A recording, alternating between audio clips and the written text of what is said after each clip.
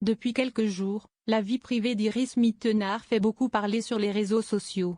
Il se dit que l'ancienne reine de beauté aurait trompé Diego El Glaoui quelque temps après leurs fiançailles qui ont été rompues en mai 2024.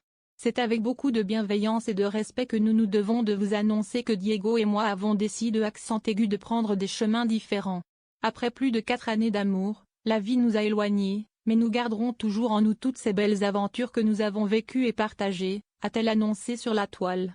Ces récentes rumeurs ont rapidement fait réagir le principal intéressé et il n'a pas manqué. C'est sur Instagram que Diego El Glaoui a pris la parole pour annoncer dans un premier temps: je n'ai jamais souhaité que la vérité soit rendue publique et jamais je n'aurais pensé devoir l'évoquer ici.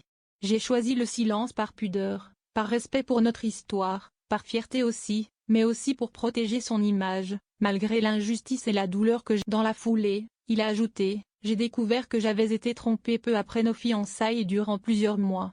Et malgré cela, j'ai choisi de pardonner, de me battre pour notre promesse d'engagement éternel, de redonner une chance à notre couple, et de ne pas l'exposer. Face à tout ce qui circule sur elle, Iris Mittenard a finalement décidé de réagir. Depuis plusieurs jours, je fais l'objet d'une campagne de haine et de diffamation sur les réseaux sociaux. Des propos mensongers, volontairement déformés ou sortis de leur contexte ont été relayés pour tenter de nuire à mon image, à ma parole et à mon engagement, a-t-elle commencé par avertir dans un communiqué publié sur les réseaux. La jeune femme a par la suite précisé: je ne suis pas la seule dans ce cas. Comme trop d'autres femmes, je constate à quel point la calomnie, le harcèlement et la manipulation sont devenus des outils de pression en ligne. Il est temps que cela. Iris Mittenard a ensuite annoncé qu'elle allait porter plainte. Je suis déterminée à faire respecter mes droits.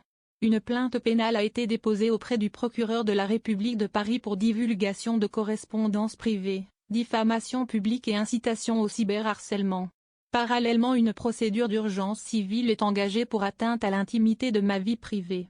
J'ai donc donné mandat à mes avocats de tout mettre en œuvre pour faire cesser ces agissements, a-t-elle fait. Dans son communiqué, celle qui est désormais en couple avec Antoine Dupont a fait une dernière mise au point en guise de conclusion. Je reste profondément attachée à mes valeurs, le respect, la vérité, la justice. Je suis debout, entourée et pleinement engagée dans mes projets,